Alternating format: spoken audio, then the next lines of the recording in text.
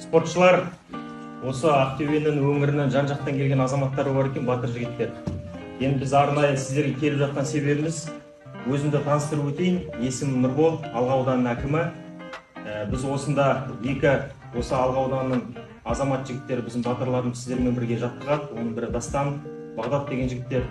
Енді өздерінің бапкерлеріңіз Айбек ағамыз өзіміздің Алға ауданының азаматы, біздің елдің ағасы, біз құрметтейміз.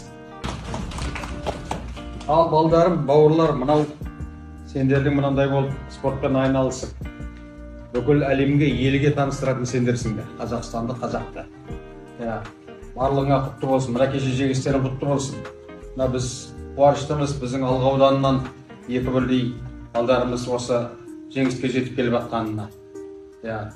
Тек әр уақытта алда жүріңдер, жеңіспен қайтыңдар барған жерлеріне. Ендерің сау болсын. Бір тағы да жаңалығымыз бар.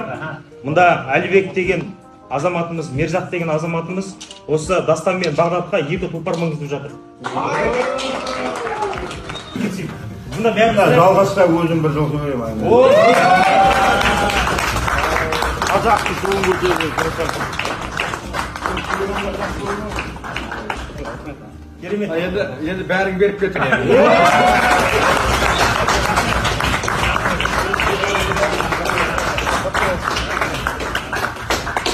Ал құтты болсын.